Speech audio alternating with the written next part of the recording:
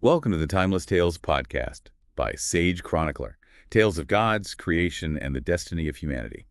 Today, we're diving deep into Sumerian mythology and the tale of Enki, a god who dared to create humanity and then protect his creation, even defying the other gods to do so. What's captivating about the Enki myth is that it's more than just a simple creation story. It delves into the very essence of what it means to be human, exploring our capacity for knowledge, our relationship with power, and even the seeds of rebellion. Okay, let's unpack this. You know those classic stories where humans are just pawns in some grand cosmic game? Right. Well, the Enki myth turns that on its head.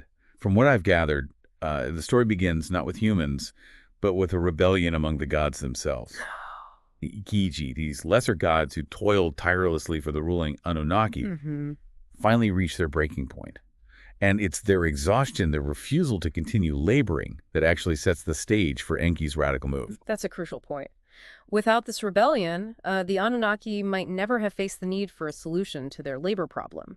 Enki's proposal to create humans who could shoulder the burdens of the Igigi was a gamble, a bold departure from the established order. So Enki essentially says, hey, let's create these beings, humans, to do the work. But he's not talking about mindless servants, right? There's this sense that Enki sees something special in humanity's potential, a spark of something that maybe even frightens the other gods, especially his brother Enlil. The tension between Enki and Enlil is a key dynamic throughout this myth. Enlil represents control and adherence to the divine order, while Enki embodies creativity, innovation, and even a certain empathy for his creation humanity. Their conflicting viewpoints drive the narrative and provide a lens through which we can understand the complex relationship between gods and mortals. And the creation itself. The sources describe Enki and the goddess Ninhursag collaborating in the Abzu, Enki's sacred domain, to fashion the first human Adamu from clay and divine essence. It's almost like a cosmic science experiment. The Abzu isn't just a location, it's a concept central to Sumerian cosmology. It's this primordial source of life-giving waters, a realm of wisdom and creation, which is intricately linked with Enki's domain and power. So the choice of the Abzu as the birthplace of humanity adds another layer of symbolic depth to this myth. But Enki doesn't stop at just creating humans. He goes a step further, doesn't he? He defies the other gods by secretly gifting Adamu with a spark of wisdom, a decision that sets humanity on a trajectory of self-discovery, but also potentially conflict. This is where Enki's gamble truly takes shape. By imbuing humanity with wisdom, he empowers them to learn, adapt, and potentially challenge the very authority of their creators. The sources hint at the anxieties this provokes among some of the gods who would have preferred humans to remain subservient. It's not like humanity just sits around pondering their newfound wisdom, right? The sources depict them learning quickly, building communities, developing tools, and pushing beyond their initial boundaries. All of this is happening much faster than the other gods, especially Enlil anticipated. Exactly. You start to see this growing tension between Enki, who seems almost proud of humanity's rapid progress, and Enlil, who embodies the fear that humanity's ambition will disrupt the divinely ordained order. This clash of perspectives is about to lead to a cataclysmic event. Have you ever heard of the Great Flood? Of course. It's a story that echoes across cultures. But tell me more about how the flood unfolds within this specific Sumerian narrative. What leads to Enlil making such a drastic decision? Well, remember those anxieties we discussed about humanity's progress. Enlil, convinced that human ambition will inevitably lead to chaos, decides to wipe the slate clean. A divine reset, if you will. The flood isn't just a natural disaster in this myth. It's a deliberate act orchestrated by a god struggling to contain the consequences of creation. The sources describe the flood as a truly devastating event. With waters so high they submerged even mountains. It must have felt like the end of the world for those living through it. But wasn't there one man who survived? Yes, a righteous man named Utnapishtim. And he survives thanks to Enki. Remember how Enki defied the other gods to create humans? Well, he does it again, but this time to protect them. So even as Enlil is trying to wipe out humanity, Enki is working behind the scenes to ensure its survival. Talk about sibling rivalry. But this act of defiance must have come at a price for Enki, didn't it? It certainly did. Enki's repeated interventions on behalf of humanity lead to growing tension and mistrust between him and the other gods. His willingness to challenge the divine order isolates him, even as humans view him as their protector. So we have Enki increasingly isolated but still committed to his creation. And we have humanity given a second chance, thanks to Enki's intervention. But now facing a world where the gods seem more distant, less directly involved. Where does the story go from here? We left off with Enki increasingly isolated from the other gods due to his actions, and humanity given a second chance, but now facing a world where that divine presence feels more distant. What's fascinating is how this shift in the dynamic between humans and gods fuels the emergence of something new: prophecies. Prophecies. So even though the gods seem more distant, there's still this expectation that they're watching, maybe even planning a return. I can see how that would create a sense of anticipation, maybe even anxiety for those early humans. Absolutely. Remember, the flood was a traumatic experience, a reminder of the gods' immense power and their capacity for both creation and destruction. So these prophecies tap into a deep human need for reassurance, for guidance in a world where the divine plan seems less clear. Some yearn for Enki's return, hoping he'll restore balance and protect humanity from future calamities. But wouldn't that create a kind of dependency on the gods? Mm. What about those humans who were forging their own path, building cities, creating laws, figuring things out for themselves? Wouldn't they be less inclined to just sit around waiting for a god to show up and fix everything? That's a great point. And the sources reflect this emerging tension within human society.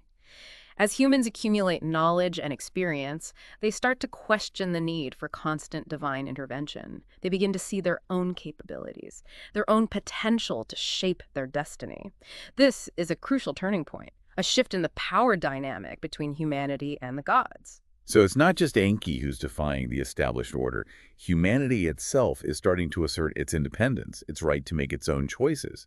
Even if those choices differ from what the gods might have intended, I imagine that didn't sit well with all the gods, especially someone like Enlil. Enlil, as you might recall, embodies the fear that human ambition will lead to chaos and disruption of the divine order.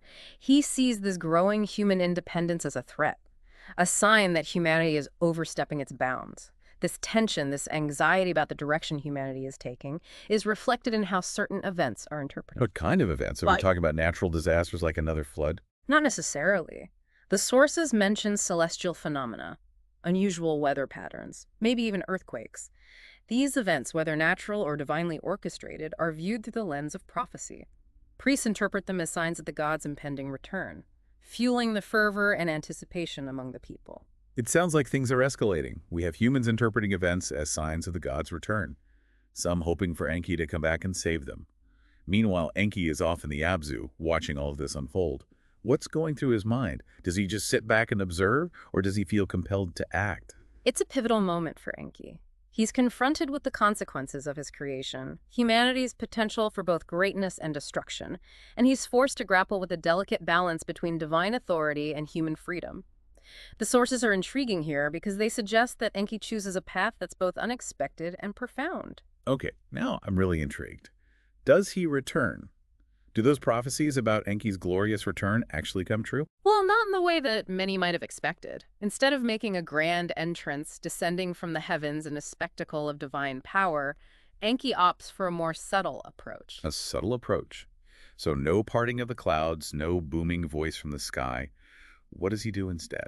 He starts sending messages to select individuals through dreams and visions. These aren't commands or pronouncements, but rather guidance. He urges them to look within themselves for the strength and wisdom they seek. He reminds them that the power to shape their destiny already resides within them. Wow. So instead of swooping in to save the day, he's basically saying, you've got this. I gave you the tools, now use them. That's a very different kind of divine intervention. Exactly. It's a message that resonates with those who are ready to embrace their agency, those who understand that true progress comes from within. But of course, not everyone is ready to hear this message. So while some see this as Enki empowering them, others might feel abandoned, right? Like, hey, where were you when we needed you? That's the paradox of Enki's approach. By choosing a less direct form of intervention, he creates a space for both human growth and human doubt. Some interpret his silence as a test of faith, a challenge to prove their worthiness. Others see it as confirmation that the gods have abandoned them, leaving humanity to fend for itself. It seems like this prophecy, whether fulfilled in a literal sense or not, has profound impact on human society. It sparks debate, fuels different interpretations, and ultimately forces humanity to grapple with its own beliefs and desires. And this, perhaps, is the true genius of Enki's approach. By not imposing a single definitive answer, he allows for a multiplicity of interpretations. The prophecy itself becomes a catalyst for human evolution, prompting them to confront complex questions about their relationship with the divine and their own capacity for self-determination. So even in his absence, Enki is still shaping the course of human history. It makes you wonder, how did this shift in the dynamic between humans and the gods play out in the long run? Did humanity rise to the challenge, or did things spiral into chaos without direct divine intervention? We've been exploring how Enki's decision to empower humanity rather than directly intervene set off a chain of events that forever changed the relationship between humans and the gods. But how did this play out in the long run? Did humanity manage to forge its own path, or did things fall apart without the gods constantly holding their hands? What's fascinating is that the sources depict human civilization not only surviving, but thriving. Cities grow larger and more complex. Agriculture becomes more sophisticated, and we see the emergence of art, music, and even written language. All of this happens against the backdrop of the gods seemingly receding further into the background. So even though there's this lingering fear of the gods' return and some folks are still clinging to those prophecies, humanity isn't letting that paralyze them. They're taking the tools Enki gave them and building something remarkable. Exactly, and I think this speaks to the enduring legacy of Enki. He didn't just create humans, he instilled in them a thirst for knowledge, a capacity for innovation, and a drive to explore and understand the world around them. These qualities, more than any specific instruction or divine decree, become the driving force behind human progress. It's like Enki set the wheels in motion and then stepped back, trusting that humanity would find its own way. But that doesn't mean the gods completely disappear from the picture, Yeah. right? How do humans relate to the divine in this new era? The sources describe a fascinating evolution in human religious practices. While the Anunnaki are still revered, their worship becomes more nuanced, more focused on interpreting their stories and finding personal meaning in those ancient myths. It's not just about appeasing the gods anymore, it's about understanding them, learning from them, and integrating their wisdom into human society. So it's like humanity is taking ownership of its spiritual heritage rather than just blindly following a set of rules handed down from on high. That's a pretty big shift. It is, and it's reflected in how Enki in particular is remembered. He becomes more than just a creator god. He evolves into an archetype of wisdom, compassion, and the courage to challenge the status quo. His story resonates with those seeking to understand the world, to push boundaries, and to create a better future for humanity. We talked about those prophecies earlier, the ones foretelling Enki's return. How do those prophecies factor into this evolving human understanding of the divine? Do people still believe he's going to come back and set everything right? The prophecies continue to circulate, but their interpretation shifts as human society develops. For some, they remain a source of hope, a belief that Enki will return in a time of need. But for others, they become a challenge, a call to action. It's like they're saying, Enki gave us the potential to create a just and prosperous world. Let's prove we're worthy of his gift, even if he never physically returns. So whether Enki actually comes back or not is almost beside the point. His legacy, his teachings become woven into the very fabric of human civilization, and the prophecies, rather than predicting a specific event, serve as a reminder of humanity's responsibility to live up to its potential. Precisely, and I think that's what makes the Enki myth so enduring. It speaks to something fundamental about the human experience, our drive to understand our place in the cosmos, our capacity for both creation and destruction, and our constant struggle to balance our ambition with our responsibility to the world around us. It's a story that resonates across millennia, reminding us that even ancient myths can offer profound insights into the challenges we face today. As we include this deep dive into the captivating tale of Enki, I'm left with a sense of awe at the complexity of this ancient narrative and its enduring relevance to the human story. And perhaps most importantly, it leaves us with a sense of possibility. The story of Enki doesn't end with a definitive answer. It's an ongoing narrative, a testament to the power of human ingenuity and our capacity to shape our own destiny, even amidst the uncertainties of a world where the gods may be watching, but they're no longer calling all the shots. From the rebellion of the Igigi to the creation of humanity, from the devastating flood to the subtle whispers of prophecy, the Enki myth invites us to contemplate the delicate dance between humanity and the divine, a dance that continues to unfold even today. Thanks for joining us on this deep dive. Until next time, keep those ancient tales spinning.